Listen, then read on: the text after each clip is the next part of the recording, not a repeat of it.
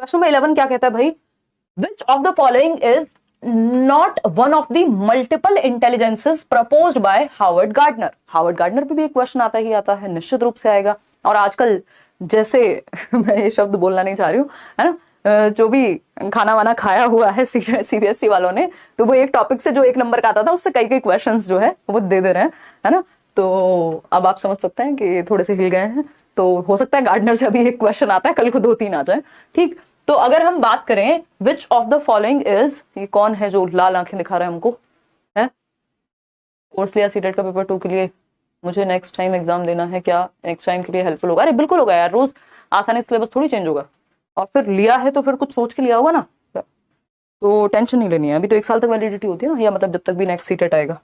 देखो अगर हम बात करते हैं मल्टीपल इंटेलिजेंस का हिस्सा नहीं है, जिस क्वेश्चन में नॉट लिखा हुआ हो, जिस क्वेश्चन में लीस्ट लिखा हुआ हो, जिस क्वेश्चन में एक्सेप्ट लिखा हुआ हो, हिंदी में कहें तो नहीं, सिवाय, अलावा, ये शब्द जहां लिखे होते हैं उस क्वेश्चन का आंसर थोड़ा सा ध्यान रख करके दिया जाता है। 3 इडियट वाले कान खड़े कर लिए जाते हैं और ध्यान से आंसर करते हैं। क्वेश्चन आसान होता है बट फंसने के चांसेस होते हैं, क्योंकि हम नॉट पढ़ना ही भूल जाते हैं, हम इतनी भावनाओं में बह जाते हैं क्वेश्चन को सॉल्व करते हुए कि दिक्कत हो जाती है, ठीक है ना। हो जाएगा गीता, इतने मैराथन देखो, नोट्स दिए हैं वो पढ़ो, बाकी सब्जेक्ट्स में भी अच्छा स्कोर होगा, डोंट वरी, है ना।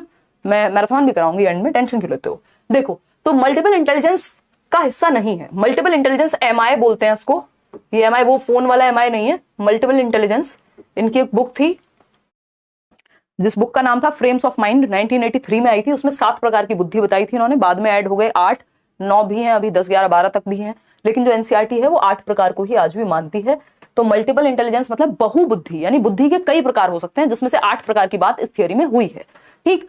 अब ये 8 प्रकार में कौन सा शामिल नहीं है? लिंग्विस्टिक भाषक बुद्धि बिल्कुल शामिल है। अगर आपने प्रीवियस वीडियो देखी होगी तो आपको ये पता होगा कि भाषक बुद्धि में मैं बहुत बार एग्जांपल देती हूँ कि जो आपके पोइट्स होते हैं या फिर जो भी लिखने वाले लोग हैं, है ना, वो सब क्या है, लिंग्विस्टिक इंटेलिजेंस का पार्ट है, जिनका भाषा पे पकड़ अच्छी होती है। इमोशनल इंटेलिजेंस, खुद सोचिए, स्पेशियल इंटेलिजेंस, इसमें आर्किटेक्ट आ जाएंगे आपके, ठीक। म्यूजिकल इंटेलिजेंस, AR रहमान का एग्जाम्पल बहुत बार दिया जाता है, तो म्यूजिकल भी है, स्थानिक बुद्धि, संगीतीय बुद्धि, ये सब है। लेकिन emotional intelligence is not the part of multiple intelligence theory. Emotional intelligence अपने आप में एक अलग कॉन्सेप्ट है, जिसपे एक बुक भी है, भावनात्मक बुद्धि या इमोशनल इंटेलिजेंस, जो कि डेनियल गोलमैन ने उस बुक का नाम दिया है। और आई थिंक जॉन मेयर करके एक व्यक्ति हैं, मेयर एंड सेवॉय करके व्यक्ति थे 1990s में, ये येल यूनिवर्सिटी के प्रोफेसर थे, जिन्होंने पहली बार इस कॉन्सेप्ट को दिया था, इमोशनल इंटेलिजेंस को, कि जिन लोगों का इमोशंस पे कंट्रोल होता है, अपनी भावनाओं पे नियंत्रण होता है, उनके प्रति वो अवेयर होते हैं, यानी इमोशनल अवेयरनेस होती है, इमोशनल मैनेजमेंट होता है, कंट्रोल करना जानते हैं, दिशा देना जानते हैं इमोशंस को, वो इमोशनली इंटेलिजेंट हैं। जो हर चीज पे आंसू ही बहाते रहते हैं, वो उनको कहेंगे इमोशनली इंटेलिजेंट, कम है वो इंटेलिजेंट, है ना। तो ये अलग से कॉन्सेप्ट है, ये गार्डनर इसकी बात नहीं करते। हालांकि जो व्यक्ति इंट्रापर्सनल इंटेलिजेंस रखता होगा उसमें इमोशनल इंटेलिजेंस भी होगी, लेकिन अलग से इन्होंने बात नहीं की, तो ये गलत हो जाएगा। तो जो गलत है वही सही है, क्योंकि पूछा ही गलत था, बी ऑप्शन गलत था, वही सही है। अगेन पूछा गलत था। ये 8 प्रकार हैं बुद्धि के, ये आप हम धीरे धीरे जब डिस्कशन करेंगे।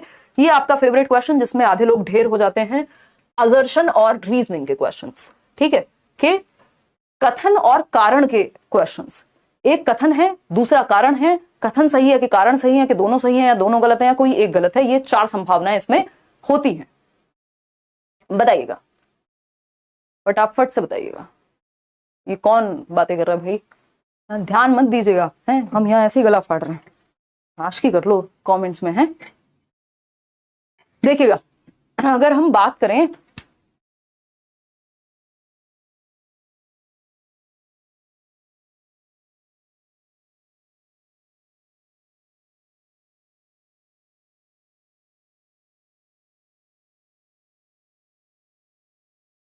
देखिए 12th क्वेश्चन है हमारा, डटे रहो आज, कोई बात नहीं, एक बार अच्छे से डिस्कशन करना जरूरी है, फिर हम टॉपिक वाइज मंडे से आएंगे और देखते हैं क्या कहानी है।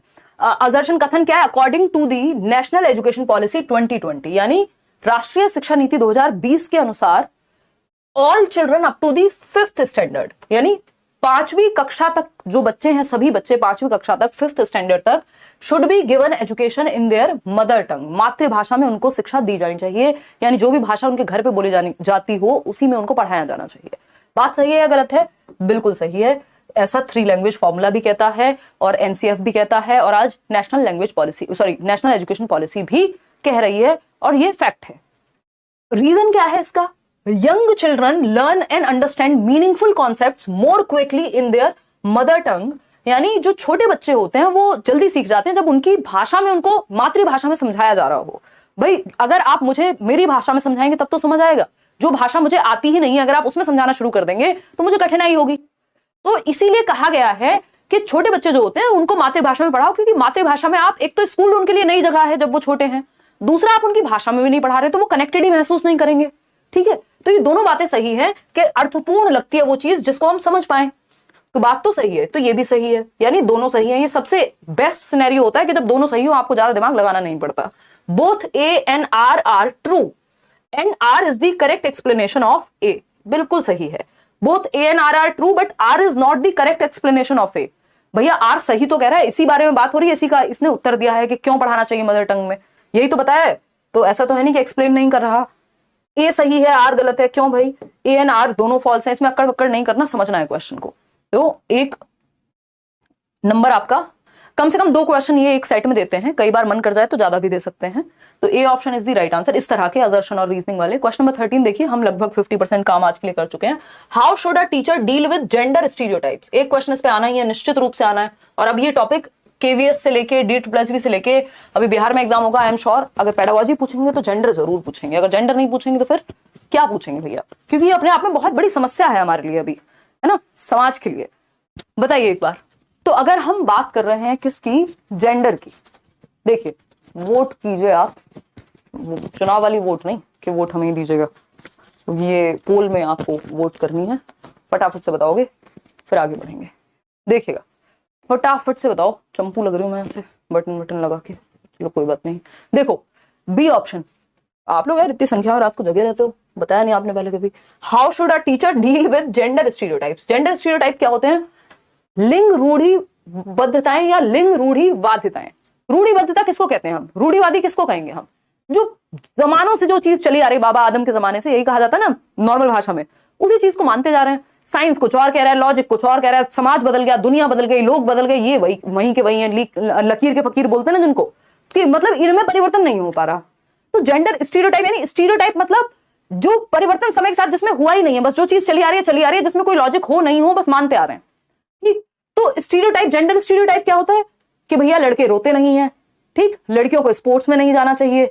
हम देख रहे हैं अभी एयरफोर्स पायलट तक बन रही हैं, लड़ाकू विमान में जा रही हैं महिलाएं। अगर हम बात करें, आपके इतने सारे एग्जाम्पल हैं एनसीईआरटी में जब आप ईवीएस पढ़ते हैं, है ना, वहीदा प्रिज्म से लेकर के सुनीता विलियम्स तक के कैसे एस्ट्रोनॉट बन रही हैं फीमेल्स। अभी हम कितने सारे एग्जाम्पल्स हमारे देश में स्पोर्ट्स को लेकर के हैं।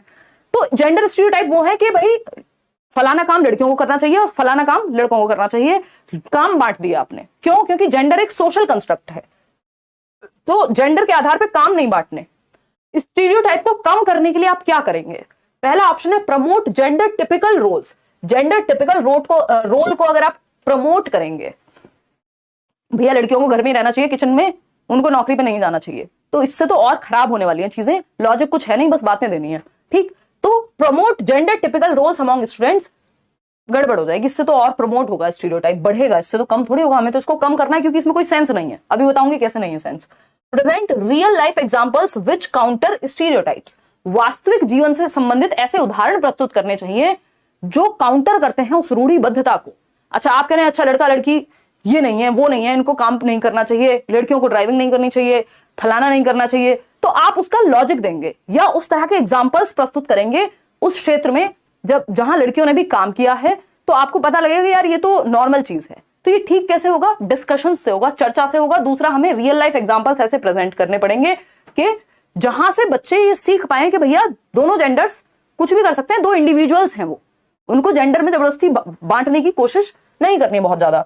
तो इसमें एक उदाहरण ये हो सकता है कि भैया एक बच्चा है जिसके पेरेंट्स, एक बच्चा है जो ये सोचता है कि उसने बुक में कोई एग्जाम्पल देखा कि जिसमें कोई काम पे जा रही है महिला, अब उसने अपनी माताजी को, अपनी दादी को, अपने आसपास की महिलाओं को, बुआ को कभी काम पे जाते हुए देखा नहीं है। उसको तो ये पता है भाई खाना तो महिलाएं बनाती हैं, काम पे तो पुरुष जाते हैं घर से।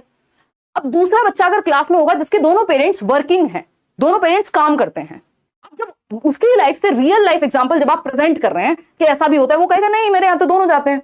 तो ये क्या हुआ, स्टीरियोटाइप जो रूढ़िबद्धता बनी हुई थी कि नहीं सिर्फ महिलाएं घर पे रहती हैं पुरुष काम करने जाते हैं, ये ब्रेक होगा ऐसे एग्जांपल्स से, रियल लाइफ एग्जांपल्स से। तो यही है स्टीरियोटाइप को खत्म करने का एक तरीका कि इस पे चर्चा हो, डिस्कशंस हो और रियल लाइफ एग्जांपल्स या नॉन स्टीरियोटिपिकल रोल्स में हम पुट करें। स्टीरियोटिपिकल जो रोल्स हैं उनको चैलेंज किया जाए। ये सारे वर्ड्स पेपर में मिलते हैं, ऐसा नहीं मैं बस ऐसे ज्ञान की बातें कर रही हूं। Practice same gender based grouping of students, अगर सेम ही प्रैक्टिस चलती रहेगी जो चला आ रहा है पहले से कि मम्मी है तो खाना बनाएंगे, पिताजी हैं तो बाहर जाएंगे, तो ये क्या है, इससे स्टीरियोटाइप बढ़ेगा, कम नहीं होने वाला।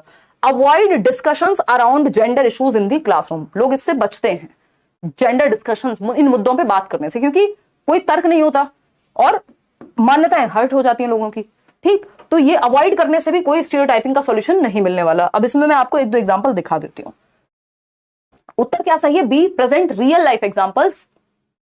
अब ये एक तरीका है, रियल लाइफ एग्जांपल कह लो आप इसको, या हम कह सकते हैं कि नॉन स्टीरियोटिपिकल, ऐसे रोल्स में दिखाना महिलाओं को जो रूढ़िबद्ध नहीं है, जो स्टीरियोटिपिकल जो थॉट है उसको चैलेंज कर रहे हैं। तो नॉन स्टीरियोटिपिकल क्या है कि बच्चा है, लड़का है, बॉय, जो क्या कर रहा है, गुड़िया से खेल रहा है ना। नहीं तो ये कहा जाता है ना, गुड़िया गुड्डों से कौन खेल रहा है, लड़कियां ही खेलती हैं। अब जब ऐसा बना ही दिया गया तो ऑब्वियसली फिर लड़कियां ही खेलेंगी। ठीक है, तो अगर हम बात करेंगे, यहां एक ट्रक है या कार है जिससे लड़की खेल रही है कोई गेम। अब इस तरह की चीजें जब हम किताबों में दिखाएंगे, टीवी में दिखाएंगे, मूवीज में दिखाएंगे, तब तो जाकर के परिवर्तन आएगा कि कोई भी काम कर सकता है। लड़कों को कुकिंग में इंटरेस्ट हो सकता है, शेफ हो सकते हैं बहुत अच्छे, लड़कियों को एडवेंचर स्पोर्ट में इंटरेस्ट हो सकता है, वो अच्छी पहलवान हो सकती हैं, है ना। क्लियर है, क्लियर है जी। चलिए, तो ये नॉन स्टीरियोटिपिकल रोल्स में डालना है, रियल लाइफ एग्जांपल्स प्रेजेंट करने हैं जो स्टीरियोटाइप को ब्रेक करेंगे।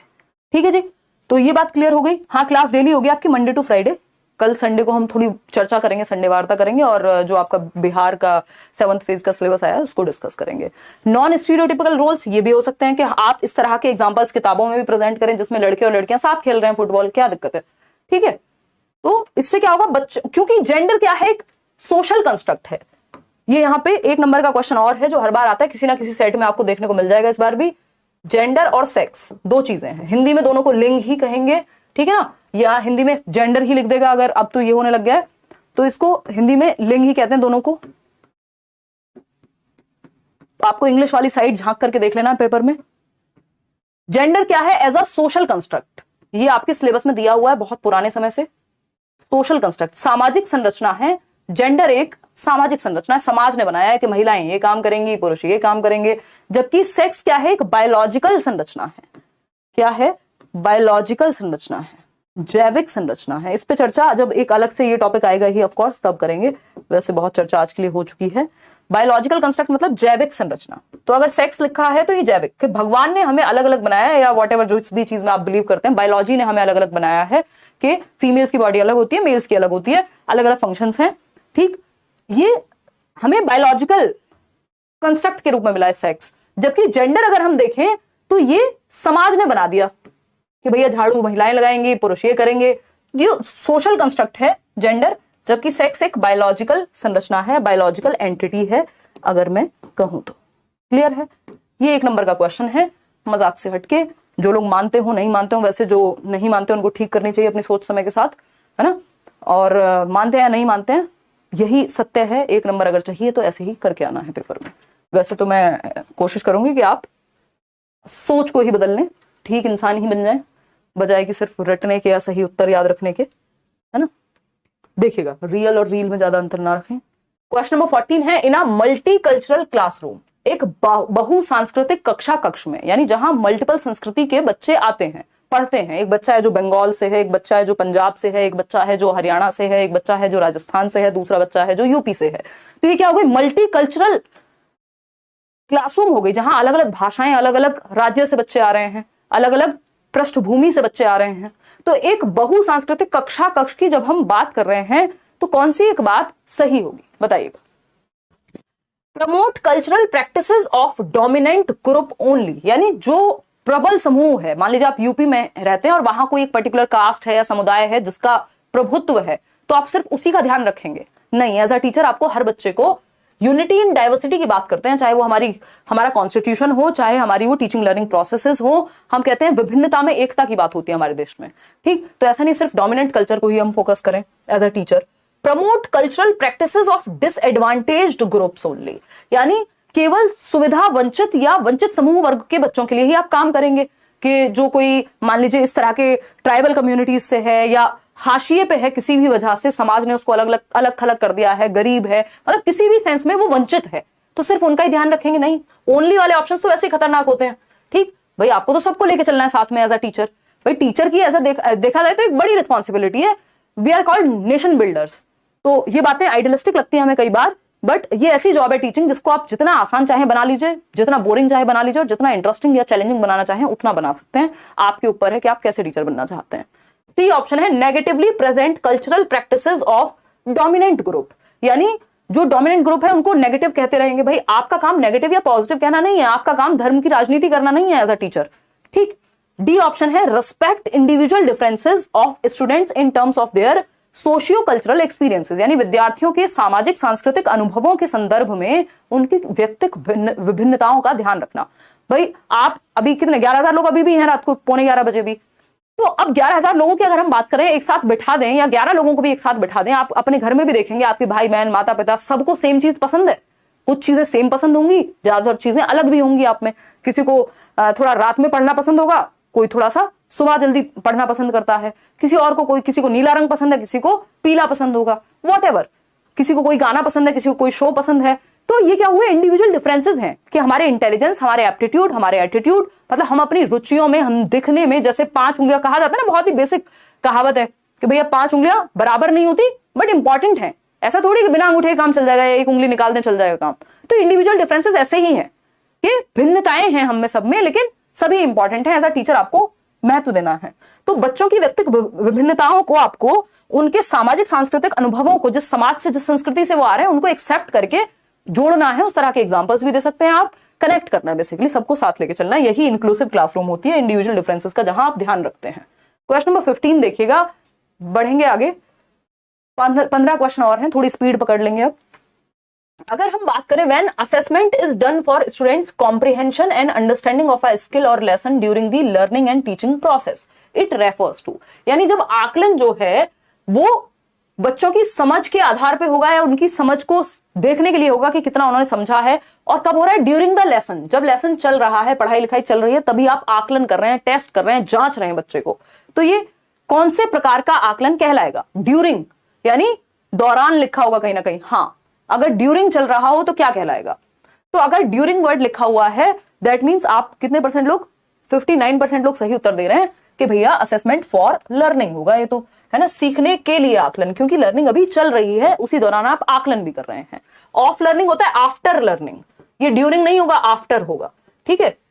और अगर हम बात करें नॉन कॉन्टिन्यूअस इवेल्युएशन को हम फोकस नहीं करते, हम कॉन्टिन्यूअस इवेल्युएशन को फोकस करते हैं, जिसको सीसीई कहते हैं, कॉन्टिन्यूअस एंड कॉम्प्रिहेंसिव, सतत एवं व्यापक मूल्यांकन के अंदर ही आते हैं सारे। समेटिव इवेल्युएशन का हिस्सा होता है असेसमेंट ऑफ लर्निंग, जबकि फॉर्मेटिव इवेल्युएशन का हिस्सा होता है एफए, जिसको हम कहते हैं, आपके एफए एग्जाम्स होते हैं ना, क्या, असेसमेंट फॉर लर्निंग।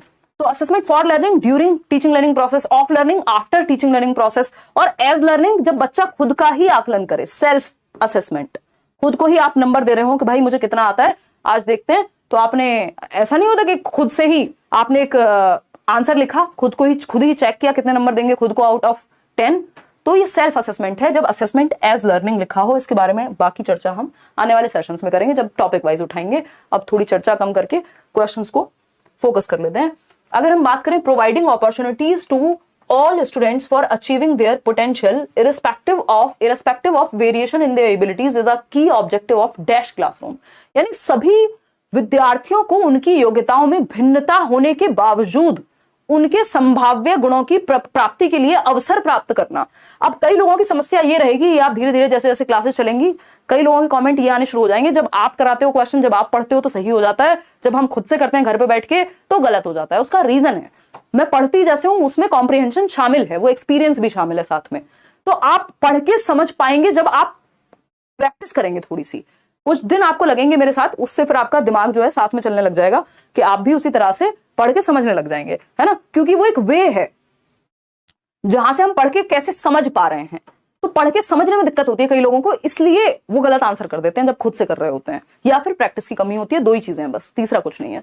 तो सभी विद्यार्थियों को उनकी योग्यताओं में भिन्नता होने के बावजूद उनके संभाव्य गुणों की प्राप्ति के लिए अवसर प्रदान कराना कक्षा का मुख्य उद्देश्य है। कैसी कक्षा है ये? यानी अंतर है सब में, लेकिन हम संभाव्य गुण यानी जो उनमें पोटेंशियल है उसको बाहर निकाल करके ला रहे हैं हर बच्चे के। तो ये किस क्लास का ऑब्जेक्टिव होगा? ये इंटीग्रेटेड का होगा। इंटीग्रेटेड में सबके पोटेंशियल पे फोकस ना करके बस उनको इंक्लूड करने की बात होती है। इससे बेटर क्या है? इंक्लूसिव। ये क्या है? Inclusive classroom. इंक्लूसिव क्लासरूम क्या होता है? समावेशी शिक्षा, एजुकेशन फॉर ऑल की बात होगी। हर प्रकार का बच्चा, चाहे कोई गिफ्टेड बच्चा है यानी जिसमें बहुत तेज दिमाग है, कोई बच्चा है जो बहुत धीरे सीखता है, कोई बच्चा है जिसको स्पोर्ट्स में ज्यादा इंटरेस्ट है, कोई बच्चा है जो कोई और भाषा बोलता है, यानी हर तरह के बच्चे को इंक्लूड करके उसके पोटेंशियल जो वो अच्छा कर सकता है उस तरफ लेकर के जाना इंक्लूसिव एजुकेशन है, यानी इक्विटी बेस्ड एजुकेशन। इक्विटी मतलब समता। इस पे चर्चा बाद में करेंगे। एक होती है इक्वालिटी, दूसरी होती है इक्विटी। इक्वालिटी से बेटर है इक्विटी, कि आप नीड को समझ करके तब ट्रीटमेंट दें। हमेशा ये नहीं होता कि इक्वालिटी, आप एक लड़का है जो मतलब आपको दिख रहा है हेल्दी, और एक फीमेल है जो आपको पता है कि बायोलॉजिकली ऐसा हो सकता है कि स्ट्रेंथ का थोड़ा अंतर हो, तो आप ये कहें दोनों को 50-50 किलो वेट ही लेकर के जाना है। ये क्या हुआ? ये बेवकूफी है। इक्वालिटी तो हुई लेकिन इसमें इक्विटी नहीं है ना? क्योंकि मल्टीपल रीजंस हो सकते हैं। वो फीमेल प्रेग्नेंट हो सकती है, मेंस्ट्रुएशन पे हो सकते हैं, व्हाटएवर द रीजन इज, है ना? इसका मतलब ये नहीं हुआ कि वो फीमेल कमजोर है।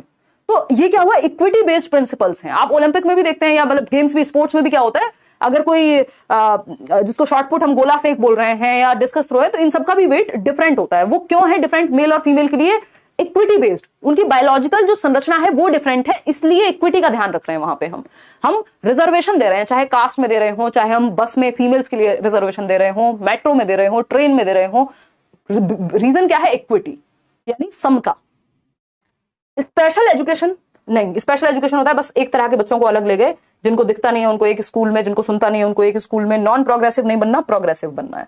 तो inclusive education, education for all, equity based. Equity वाला क्वेश्चन हमेशा आता है, हर बार आता है, इस बार भी आया हुआ है कि इंक्लूसिव एजुकेशन इक्वालिटी पे बेस्ड है कि इक्विटी पे। तो आपको कहना है इक्विटी पे बेस्ड है।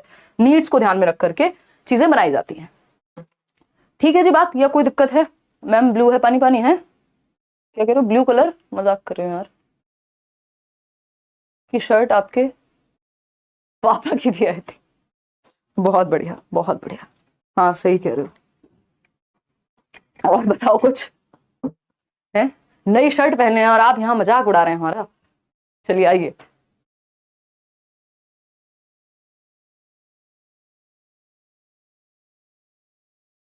चलिए खैर, ये सब बातें होती रहेंगी। स्पीड हम बढ़ा लेते हैं थोड़ी सी, क्योंकि ये टॉपिक अभी मुझे डिटेल में आपको जब मैं टॉपिक वाइज कराऊंगी तब भी कराने में ये बात भूल गई थी।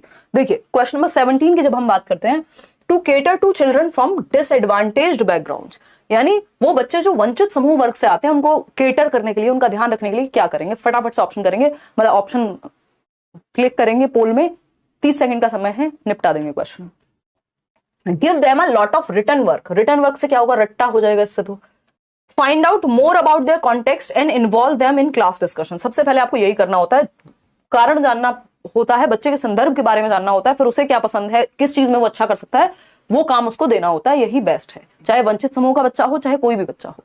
ठीक। Make them sit separately. बच्चों को अलग थलग कभी नहीं बिठाना है कि तुम लड़की हो तुम वहां बैठो, ऐसा होता है स्कूल्स में हालांकि, और तुम ये करो तुम वो करो, अच्छा तुम इस जाति के बच्चे हो पीछे बैठो, तुम तो मुझे पसंद नहीं हो, व्हाटएवर। इस तरह की चीजें नहीं करनी है। Ignore them. भैया इग्नोर कर देंगे तो फिर सॉल्यूशन कहां से लाएंगे? वो पहले ही वंचित समूह से हैं, समस्याओं से घिरे हुए हैं। ठीक। तो आंसर होगा बी। संदर्भ में चीजों को समझना है और फिर लेकर के चलना है चीजों को आगे। क्वेश्चन नंबर 18 देखिएगा। Question number 18, which of the following learning disability impacts an individual's ability of balance, manual dexterity and hand-eye coordination? अब ये एक लाइन में सिंपल क्वेश्चन पूछा जा सकता था, बट इनको लेने थे आपके मजे सीबीएसई को, क्योंकि आपको आदत हो गई है सेम क्वेश्चंस रिपीट होते रहते हैं। तो इन्होंने कहा अच्छा बताते हैं तुमको, और क्वेश्चन को 4 लाइन का बना दिया, जो कि सिंपल एक लाइन में आया करता था। ठीक। अब क्वेश्चन क्या है? Which of the following learning disability, यानी कोई एक लर्निंग डिसेबिलिटी है जो इंपैक्ट करती है किसको? व्यक्ति के संतुलन को, बैलेंस बनाने को। क्या आप साइकिल चला रहे हैं, बैलेंस नहीं कर पाएंगे, अपने शरीर को ही ठीक से बैलेंस नहीं कर पाएंगे। मैनुअल डेक्सटेरिटी, यानी जिस चीज में आपको निपुणता लगेगी, या कोई भी काम जिसमें आपको मैनुअली फाइन मोटर स्किल्स का कोऑर्डिनेशन बनाना पड़ेगा, डेक्सटेरिटी में यही होता है। तो वो भी आप ठीक से नहीं कर पाएंगे। हैंड आई कोऑर्डिनेशन, आंखों का और हाथों का कोऑर्डिनेशन, ये भी, इसमें भी प्रॉब्लम आएगी। कब आती है? डिसलेक्सिया में तो सिर्फ पढ़ने से रिलेटेड प्रॉब्लम होती है, हद से हद लिखने से रिलेटेड हो जाएगी, अगर पढ़ने से है तो फिर लिखने में भी होगी। डिसकैलकुलिया में कैलकुलेशन से रिलेटेड होती है, मैथ्स रिलेटेड है ये, कि बच्चा कैलकुलेट करने में प्रॉब्लम आएगी उसको। डिस्फेजिया में लैंग्वेज के कॉम्प्रिहेंशन से संबंधित समस्या होती है, कि भाषा को समझ पाने में दिक्कत होती है ऐसे बच्चे को, और बोलने में भी हो सकती है। लेकिन यहां बात हो रही है कि बैलेंस नहीं बना पा रहे हैं, आपकी मोटर स्किल्स में प्रॉब्लम है, आपको लिखने में भी दिक्कत हो सकती है इसकी वजह से, साइकिल चलाने में दिक्कत हो सकती है, बेल्ट लगाने में दिक्कत हो सकती है, शू लेसेस बांधने में दिक्कत हो सकती है, टाई लगाने में दिक्कत हो सकती है। तो ये क्या है? डिस्प्रैक्सिया है, मोटर स्किल्स के कोऑर्डिनेशन की प्रॉब्लम। जब आपके जो गत्यात्मक कौशल है, जिनसे दौड़ना, भागना, चलना फिरना, इन सब में जब समस्या आती है, या आप अपने जो हैंड आई कोऑर्डिनेशन है इनको ठीक से मेंटेन नहीं कर पा रहे, ये डिस्प्रैक्सिया में आता है। खैर आगे बढ़ते हैं, क्वेश्चन नंबर 19 देखेंगे, इसके बाद अभी और क्वेश्चंस भी करेंगे। Which identifying characteristics are students with autism are likely to have, यानी ऑटिस्टिक बच्चे में कौन सी समस्याओं का सामना ऑटिस्टिक बच्चे को करना पड़ सकता है, ये पूछा है। बताइएगा एक बार फटाफट से, फिर हम आगे बढ़ेंगे। बताइएगा। पीडीएफ मिल जाएगा टेलीग्राम पे, फ्री मिलेगा पीडीएफ एकदम, किसी को भी 2 पैसे नहीं दे देना है आपको इस पीडीएफ के नाम पे। और बैचेस में अगर आप एनरोल होना चाहते हैं तो करियर विल्प से ही आप एनरोल होंगे, कहीं और टेढ़ी मेढ़ी जगह से नहीं हो जाना है कि किसी ने आपको 200 रुपए का बैच दे दिया, किसी ने कुछ और दे दिया, है ना, तो वो चलेंगे नहीं बैचेस, फिर बाद में आप मेल करेंगे, परेशान होंगे, और मुझे भी दुख होता है, चाहे आप ये कह सकते हैं कि मैं कहने के लिए कह रही हूँ, बट होता है ना। बताइएगा फटाफट से। क्वेश्चन नंबर 19 देखते हैं।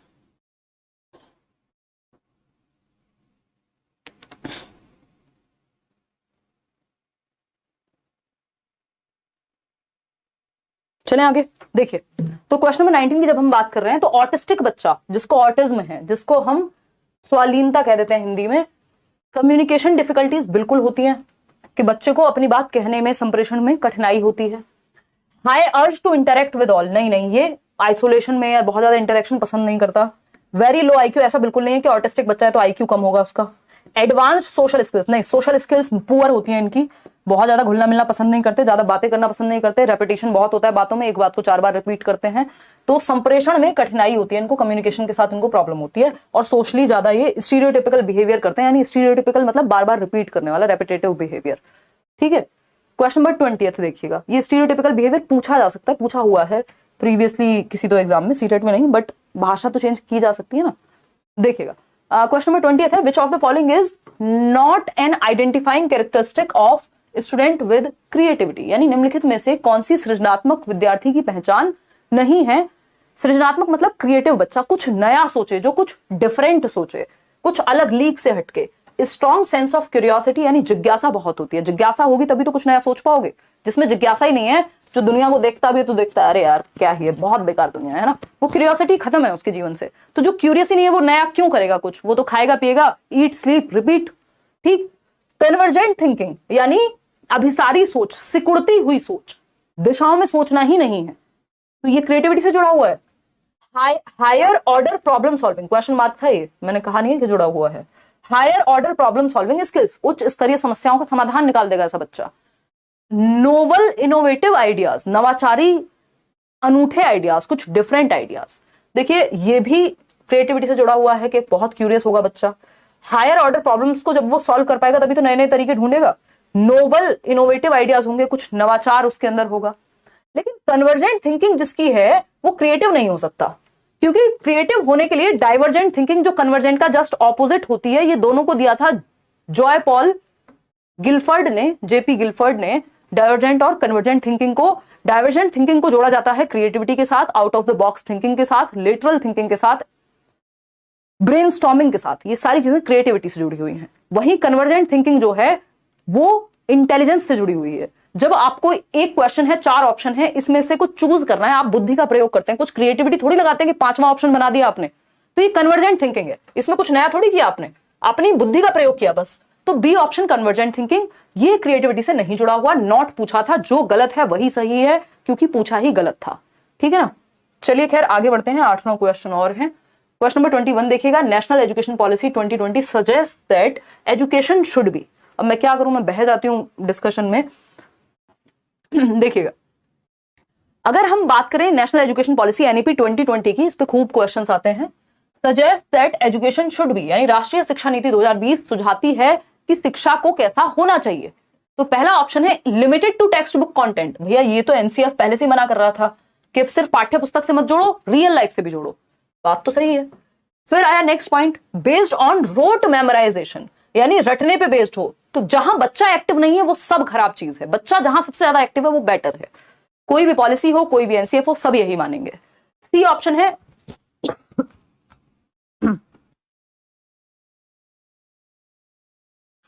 देखिएगा एक बार, यार गला ठीक होने का नाम नहीं ले रहा।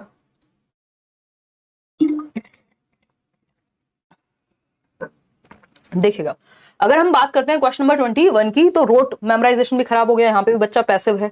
जहां बच्चा पैसिव है, निष्क्रिय है, वो उत्तर कभी सही नहीं हो सकता अनटिल अनलेस नोट ना लिखा हो ऊपर।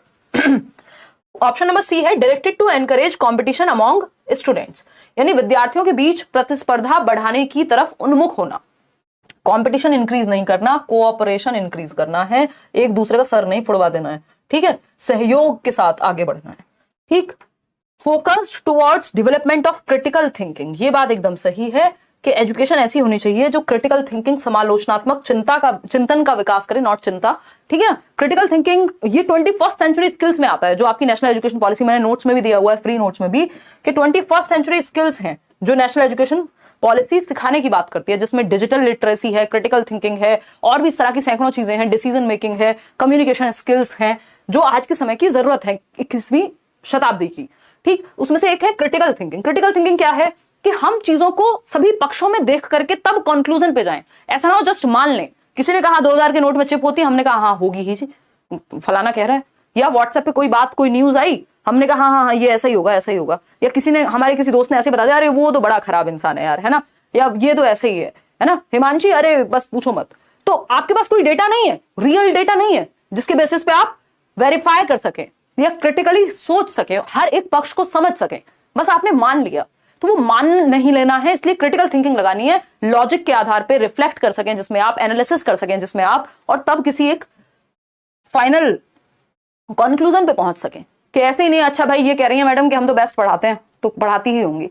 आप इंटरव्यूज देखेंगे, आप किसी ने पढ़ा होगा उससे पूछेंगे, आप खुद से पढ़ के देखेंगे और प्रीवियस ईयर से मैच करेंगे, भैया जो पढ़ा रहे हैं उनको समझ भी आ रहा है कि नहीं, या ऐसी हवाओं में तीर चल रहे हैं। तो वो प्रॉपर क्रिटिकल थिंकिंग है कि आप जस्ट मान नहीं लेते आपको जो कोई भी कुछ भी कह देता है।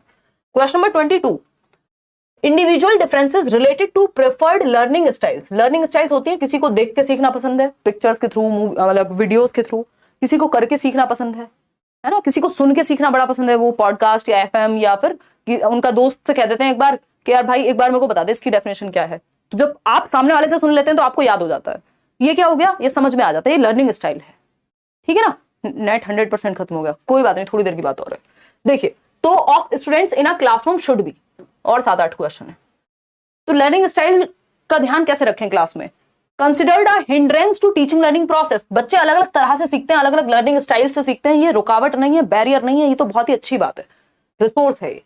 Eliminated with use of negative reinforcement, negative reinforcement से हटा देंगे इस बात को कि बच्चों की लर्निंग स्टाइल खत्म कर देंगे, सबको एक जैसा बना देंगे, है ना, यूनिफॉर्म कर देंगे, खराब बात है ये। Seen as a result of cognitive abnormalities, यानी कोई असामान्यता है बच्चे के दिमाग की कि वो अलग अलग तरीके से सीखते हैं, सबको एक तरीके से सीखना चाहिए, रॉबोट्स थोड़ी हैं भैया, इंसान है। डी ऑप्शन ही बचता है जो सही होगा। Respected and child centric pedagogy should be adopted to fulfil these individual requirements. भैया जो प्रोग्रेसिव एजुकेशन है, जो चाइल्ड सेंटर्ड को सपोर्ट करती है, जो बाल केंद्रित शिक्षा की बात करेगी, बच्चे को ध्यान में रख के, उसके लर्निंग स्टाइल को ध्यान में रख के सिखाना, यही चाइल्ड सेंटर्ड एजुकेशन है, बच्चा एक्टिव होना चाहिए, डी ऑप्शन। क्वेश्चन नंबर 23 देखिएगा, again progressive education, child centred education में 4 से 5 क्वेश्चन मिनिमम आते हैं हर बार। A progressive classroom views teachers as dash and learners as dash. तो प्रोग्रेसिव क्लासरूम यानी जो प्रोग्रेसिव होगी, आगे बढ़ती हुई होगी, लर्निंग बाय डूइंग को सपोर्ट करेगी, चाइल्ड सेंटर्ड एजुकेशन को सपोर्ट करेगी। बताइए फटाफट से अब। हाँ थोड़ा जल्दी कर रहे हैं, आपका नेट खत्म ना हो इसलिए, ठीक है, कई लोगों का हो भी गया होगा। नॉलेज डिलीवर, दिन भर क्यों मूवीज देखते हो भाई, पूरे दिन यूट्यूब पे क्या करते हो, तो पता है शाम को ही क्लास होगी। देखो, नॉलेज डिलीवर्स पैसिव, मतलब प्रोग्रेसिव जो टीचर है वो नॉलेज डिलीवर करने वाला व्यक्ति है, जो ज्ञान का बखान करेगा, और जो बच्चा है वो पैसिव है। देखो बच्चा जहां भी पैसिव हो जाए वो कभी भी अच्छा उत्तर हो ही नहीं सकता। बच्चे को निष्क्रिय नहीं, एक्टिव करना है, पैसिव नहीं करना। डोमिनेंट सोर्स ऑफ इंफॉर्मेशन, यानी टीचर ही है dominant source of information, negative है ये। और बच्चे जो हैं वो उससे कमतर हैं, ऐसा नहीं है। फैसिलिटेटर्स होते हैं टीचर, बिल्कुल सही बात है। एनसीएफ यही तो कहता है सुविधा दाता हैं आप माहौल क्रिएट करते हैं सीखने का, और मिल करके सीखते हैं बच्चे और आप दोनों, आप मतलब टीचर। एक्टिव पार्टिसिपेंट्स हैं, यहां बच्चा एक्टिव है, जहां बच्चा एक्टिव है वो ऑप्शन बहुत ही प्यारा, सुंदर, सस्ता, टिकाऊ उत्तर है। ठीक, तो फैसिलिटेटर्स हैं टीचर्स, और एक्टिव पार्टिसिपेटर्स या पार्टिसिपेंट्स हैं इन नॉलेज कंस्ट्रक्शन बच्चे। तो teachers are facilitators, learners as active participators, क्योंकि बीच में कॉमा लगा हुआ है, तो कॉमा के बाद वाली जो चीज है वो लर्नर्स के बारे में होगी। डिक्टेटर नहीं हो सकता टीचर, कोई हिटलर नहीं हो सकता, और जिनको कोई ज्ञान नहीं है वो डॉसाइल बॉडीज नहीं हो सकती। बच्चे ऐसा नहीं है कि खाली बर्तन है। तो C option is the right answer. मिलकर के नॉलेज कंस्ट्रक्ट करते हैं दोनों। आगे बढ़ेंगे, क्वेश्चन नंबर 24 देखिएगा फटाफट से, क्या कहता है भाई ये, बस आंसर कर दीजिए आप 30 सेकंड में। अब ये जो लास्ट के कुछ क्वेश्चन हैं थोड़ा सा स्पीड में करेंगे। हाँ, इंटरनेट चला गया, सोए नहीं अभिलाषा, ये इनका इंटरनेट खत्म हो गया, दिन भर यूट्यूब चलाते हैं। 1000 लोग जो गए हैं, 1000 नहीं 2000 भी गए हैं। देखिएगा, अगर हम बात करते हैं, Ryan recently learn that cooked is the past form of cook. अभी आपको इंग्लिश पेडागोजी में भी हेल्प करेगा, इसीलिए कहा जाता है सीडीपी बेस है, इसमें सभी तरह के क्वेश्चन आ जाते हैं। कंपैरेटिवली इजी कहेंगे ये वाला जो सेट है। अभी आप देखिएगा ओवरऑल कितने नंबर आपने अचीव किए हैं। किस दिन मुश्किल सेट भी करेंगे, बट ओवरऑल यही रहता है। किसी में कुछ क्वेश्चन मुश्किल आ गए, आपने या तो पढ़ रखा होगा पहले से। हाँ, 9 बजे कल से आएंगे भाई, कल तो खैर संडे है तो संडे वार्ता करेंगे, और बिहार वाला जो डिस्कशन है वो करेंगे। उसके बाद मंडे से पूरी कोशिश रहेगी, मेरी बाकी क्लासेस भी होती हैं बट कोशिश रहेगी 9 बजे एग्जैक्ट शुरू कर दे, ताकि इतना लेट ना हो, है ना, और नंबर ऑफ क्वेश्चन थोड़े कम कर देंगे। तो अगर हम बात करते हैं यहाँ पे, रेयान एक बच्चा है, recently learn that cooked is the past form of cook. जो कुक्ड है वो पास्ट फॉर्म होती है कुक की, प्रेजेंट पास्ट फ्यूचर याद होगा ना। After that Ryan is using ED, वो हर शब्द में अब ईडी लगाने लग गया। For every change to past form such as broken instead of broked. तो अब बच्चे को जो है हर चीज में क्या लगाना है, ईडी लगा देना। उसको लगता है पास्ट फॉर्म बनानी है अगर, बस ईडी लगा दो, जबकि सब जगह पे ऐसा नहीं होता भाई। अगर हम बात करें ब्रोक्ड थोड़ी होता है ना, हम ब्रोक यूज करेंगे, ब्रोकन यूज करेंगे थर्ड फॉर्म में। या फिर अगर हम बात कर रहे हैं कि जैसे ये भी एक क्वेश्चन आता है पहले से, गो है, अब बच्चा इसको इसकी पास्ट फॉर्म क्या होगी, वेंट हो जाएगी। लेकिन बच्चा क्या करेगा, उसने भी नया नया एक रूल सीखा है जो हर जगह लगा देगा, वो इसमें भी ईडी लगा देगा, गोड लगा देगा, आई गोड टू स्कूल, जबकि आई वेंट टू स्कूल होगा। तो जब कोई भी नया रूल बच्चा ग्रामेटिकल सीखता है तो वो उसको अननेसेसरी बहुत सारी जगहों पे यूज करने लग जाता है। इसको ओवर जनरलाइजेशन कहते हैं, या इसको हम ओवर रेगुलराइजेशन कहते हैं, यानी अति नियमितता या अति सामान्यकरण हो जाता है नियम का, वो हर जगह फिर वही यूज करता है, उसमें ईडी लगा देगा। जैसे कई लोग होंगे, अब उनको पता है कि वो, हम कहेंगे कि कुछ अचीव किया आपने, तो वो अचीव में भी ईडी लगा देंगे कि अचीव्ड, ठीक है ना। चलिए बी ऑप्शन, आगे बढ़ेंगे, रेस्ट्रिक्ट नहीं करती ये चीज। क्वेश्चन नंबर 25 देखिए, brainstorming as a technique can be used to develop dash in children. Brainstorming बुद्धिशीलता, या फिर इसको हम मस्तिष्क उद्वेलन कहते हैं। तो ब्रेनस्टॉर्मिंग क्या है, ग्रुप में बच्चों को बिठाया और कोई प्रॉब्लम दी और उस पर सोचने को कहा फटाफट से, ठीक है। ये इसमें कुछ नए आइडियाज आएंगे। तो ब्रेनस्टॉर्मिंग में दिशाओं में सोचना होता है। तो convergent thinking can be used to develop convergent thinking, नहीं, ये तो डाइवर्जेंट थिंकिंग डेवलप करेगा। ब्रेनस्टॉर्मिंग मैंने थोड़ी देर पहले बताया भी था, क्रिएटिविटी से जुड़ा हुआ है, प्रॉब्लम सॉल्विंग से जुड़ा हुआ है। फंक्शनल फिक्सनेस प्रॉब्लम होती है कि आप एक ही ढंग से कर पाते हैं किसी चीज को, दूसरा नया तरीका सोचते ही नहीं है, यही रिस्पॉन्स सेट में होता है। ठीक, कि कोई भी बात हो, आपकी माताजी कह देती है इस फोन ने जिंदगी खराब की हुई है, इस फोन की वजह से हो रहा है, जो भी हो रहा है, तुम्हारे दांत में दर्द हो, पैर में दर्द हो, पढ़ नहीं पा रहे हो, व्हाटएवर, वो रिस्पॉन्स सेट है उनका, उनको पता है भैया यही प्रतिक्रिया देनी है हर चीज में। ठीक, तो डाइवर्जेंट थिंकिंग इसका सही उत्तर है ब्रेनस्टॉर्मिंग में। क्वेश्चन नंबर 26 देखिएगा एक बार। क्वेश्चन नंबर 26 क्या कहता है, ये कहता है इन अ कंस्ट्रक्टिविस्ट क्लासरूम, यानी एक रचनावादी कक्षा कक्ष में अ टीचर शुड, एक टीचर को क्या करना चाहिए। पहला ऑप्शन है give standard instruction to all. देखिएगा ये स्टैंडर्ड इंस्ट्रक्शन बस सुनने में अच्छा लगता है, ये बिल्कुल भी सही नहीं है बच्चे के कॉन्टेक्स्ट में। यूनिफॉर्म इंस्ट्रक्शन लिखा हो, स्टैंडर्ड इंस्ट्रक्शन लिखा हो, इनसे बचना है आपको। डिफरेंशिएटेड इंस्ट्रक्शन का यूज करना है, क्योंकि बच्चे डिफरेंट हैं तो डिफरेंशिएटेड होनी चाहिए इंस्ट्रक्शन भी, ठीक है जी। फिर आता है B option, make sure that every child achieves his or her potential to the best. ये बात एकदम सही है। रचनावादी या सृजनात्मकतावादी कक्षा कक्ष उसको कहेंगे जहां हर बच्चा कंस्ट्रक्ट कर पाए नॉलेज को या अपने पोटेंशियल को प्राप्त कर पाए जिस चीज के लिए वो बना है। ठीक, हर बच्चे से सेम प्रोग्रेस या सेम रेट एक्सपेक्ट करना एकदम खराब बात। Remain indifferent to the diverse needs, indifferent नहीं होना होता, यानी इनडिफरेंट का मतलब है फर्क नहीं पड़ता आपको, अलग अलग तरह के बच्चे हैं बट आप सेम मेथड यूज कर रहे हैं, तो ये भी नेगेटिव हो गया। बच्चा एक्टिव कहाँ है, जहां उसका सर्वाधिक पोटेंशियल वो एक्सप्लोर कर पाए, बी ऑप्शन। क्वेश्चन नंबर 27 देखिए फटाफट से, 3 क्वेश्चन और हैं। Which of the following is first step in the method of problem solving. अब प्रॉब्लम सॉल्विंग या समस्या समाधान की जब हम बात करते हैं मेथड की, तो कौन सा स्टेप फर्स्ट होता है। प्रॉब्लम सॉल्विंग मेथड सोक्रेट्स ने बेसिकली इसकी बात की थी, सुकरात जिनको हम कहते हैं। बहुत सारे लोग हैं जिन्होंने प्रॉब्लम सॉल्विंग मेथड के बहुत अलग अलग स्टेप्स दिए हैं, ठीक है ना। तो अगर स्टेप्स की बात करें तो आपको कोई एक तरीका नहीं रट लेना है स्टेप का, ऑप्शन देख करके स्टेप्स आपको फॉलो करने हैं या आंसर पकड़ना है, क्योंकि कई ऐसे स्टेप हैं प्रॉब्लम सॉल्विंग के जहां पे डिफाइनिंग पहला हो जाएगा, और कई ऐसे मेथड्स हैं जहां पे आइडेंटिफिकेशन पहला स्टेप होता है। वहां डिफाइनिंग होगा ही, सॉरी वहां आइडेंटिफिकेशन होगा ही नहीं या फिर डिफाइनिंग नहीं होगा, दोनों में से कोई एक नहीं होगा। तो ये बी ऑप्शन कई लोग कह रहे हैं बिल्कुल सही है, जो कि पहला ऑप्शन या पहला स्टेप होना चाहिए आइडेंटिफिकेशन ऑफ द प्रॉब्लम, यानी समस्या की पहले पहचान तो करोगे तब तो समस्या का समाधान निकालोगे। सबसे पहले पहचान करोगे समस्या है क्या आखिर, ठीक, तो आइडेंटिफिकेशन, फिर इसको डिफाइन किया जाएगा सेकंड नंबर पे कि अच्छे से इसको समझ रहे हैं आप, एक्सप्लेन कर रहे हैं, डिफाइन कर रहे हैं किसको, समस्या को। फिर आप रेलेवेंट इंफॉर्मेशन को खोजते हैं, इंफॉर्मेशन गैदर करना कहते हैं इसको थर्ड स्टेप में। फिर आता है हाइपोथेसिस, आप फॉर्मुलेट करते हैं, एक परिकल्पना बनाते हैं कि इसका सॉल्यूशन क्या हो सकता है, फिर उस हाइपोथेसिस को टेस्ट करते हैं और बाद में इवैल्यूएट करते हैं। ये कुछ इसमें स्टेप्स लगते हैं। तो आपको ये देखना है कि अगर ऑप्शन में यहां मान लो ये आइडेंटिफिकेशन दिया ही नहीं होता तो defining the problem first step हो जाता, क्योंकि कई सारे प्रॉब्लम सॉल्विंग मेथड्स हैं जो डिफाइनिंग को फर्स्ट मानते हैं, कई सारे हैं जो आइडेंटिफिकेशन को फर्स्ट मानते हैं। अगर दोनों लिखा है तो आपको आइडेंटिफिकेशन के साथ ही जाना है, बस सिंपल यही याद रखो। आगे बढ़ेंगे क्वेश्चन नंबर 28 पर। देखिएगा, पोल रहने दो अब, बस पोल की जरूरत है, चलो लगाओ फटाफट लगाओ। क्वेश्चन नंबर 28 है, in order to motivate students, बच्चों को अभिप्रेरित करने के लिए इन प्राइमरी स्कूल यानी कक्षा 1 से 5 तक, what strategy should the teacher adopt, यानी कौन सी रणनीति को अडॉप्ट कर लेना चाहिए टीचर को अगर बच्चों को क्या करना है, मोटिवेट करना है। तो encourage competition for marks amongst individual students, competition बढ़ा दो मार्क्स के लिए, बिल्कुल गलत। कंपटीशन नहीं कराना, कोऑपरेशन कराना है। यूज इंसेंटिव्स, रिवॉर्ड्स, पनिशमेंट्स, ये सारे बेकार तरीके हैं। Set standard goals for the entire class, सबके लिए सेम गोल नहीं लगा सकते, इंडिविजुअल डिफरेंस होते हैं बच्चों में, अलग अलग गोल सेट होंगे।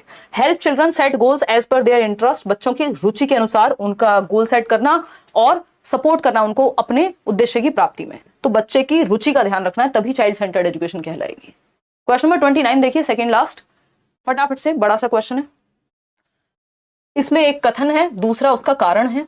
कथन क्या है, along with cognitive development schools should ensure emotional wellbeing of students as well, यानी हम बच्चे के दिमाग का विकास तो करा ही रहे हैं स्कूल में प्रीमैरिली, तो हम उसके दिमाग का विकास कराते हैं मुख्य रूप से, लेकिन हमें उसके इमोशंस को भी ध्यान में रखना चाहिए, उसके संवेगों को भी। Verbalisation of thoughts while working on a problem hinders problem solving, यहां बात हो रही है इमोशंस की, ये कह रहे हैं भैया प्रॉब्लम सॉल्विंग जो है वो खराब हो जाती है यदि आप बोल बोल के प्रॉब्लम को सॉल्व करो, ऐसा तो कहीं लिखा नहीं है। तो ये बात तो फॉल्स हो गई, ये बात एकदम गलत है। क्या है, एकदम गलत है, क्योंकि वर्बलाइज करने से कोई समस्या का समाधान में प्रॉब्लम नहीं आती। दूसरी बात, ये इसका रीजन भी गलत है, ये अपने आप में भी गलत है। ये बात ऐसा भी नहीं है ना ये इंडिपेंडेंटली ठीक हो, ये बात सही है कि हम बच्चों के डेवलपमेंट की जब बात कर रहे हैं तो हमें उनके इमोशंस का भी ध्यान रखना चाहिए कॉग्निटिव डेवलपमेंट के साथ साथ। तो ए तो सही है, बोथ ANRR सही नहीं है, ANRR ट्रू फॉल्स नहीं, R is not the correct explanation, दोनों तो सही है ही नहीं ना, ये तो फॉल्स है। तो A is true but R is false, यहां पे सिंपल C ऑप्शन होगा, दोनों गलत नहीं है। ये अगर सही होता अपने आप में तो हम कहते both ANRR true but R is not the correct explanation of A। अगर ये अपने आप में भी ठीक होती है बात, ये गलत है अपने आप में भी, इसलिए हमें इसको कंसिडर नहीं कर सकते। लास्ट क्वेश्चन आज के लिए, जाओ मजे करो, भंगड़ा पाओ। देखो, which of the following does not contribute positively to the process of learning, यानी सीखने की प्रक्रिया में कौन सा एक फैक्टर है जो सकारात्मक रोल प्ले नहीं करता, पॉजिटिव रोल प्ले नहीं करता, बताइए फटाफट से। लास्ट क्वेश्चन आज के लिए, मजे करना फिर घर जाओ, है ना, क्या कह रहे हो, घर तो पहले से ही है, देखिए पहले से ही बताने लग गए कई लोग तो नंबर, अभी पहले देख तो लो सही होगा कि नहीं। Which of the following does not लिखा हुआ है, कौन सा अधिगम की प्रक्रिया में सकारात्मक रूप से योगदान नहीं देगा, यानी लर्निंग में हेल्पफुल नहीं होगा।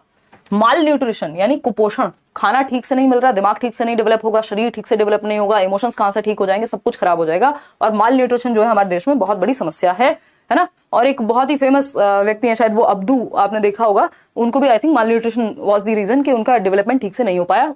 और आमिर खान भी कुछ साल पहले ऐड करते थे, टीवी में ऐड आता था कि भैया कुपोषण क्या है, एक बहुत बड़ी समस्या है हमारे देश के लिए, यानी सही पोषण ना मिल पाना बढ़ती उम्र में, उसकी वजह से डेवलपमेंट आपका पूरा डिस्टर्ब हो जाता है।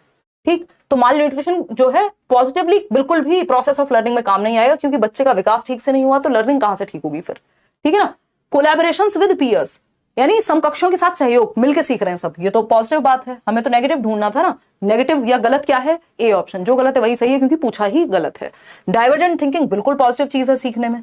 डिस्कशन, बिल्कुल, इतनी देर से हम क्या कर रहे हैं, डिस्कशन ही तो कर रहे हैं 2 घंटे से लगभग, तो चर्चा भी महत्वपूर्ण है। लेकिन ए ऑप्शन गलत है, माल न्यूट्रिशन, और क्योंकि गलत है इसीलिए सही है।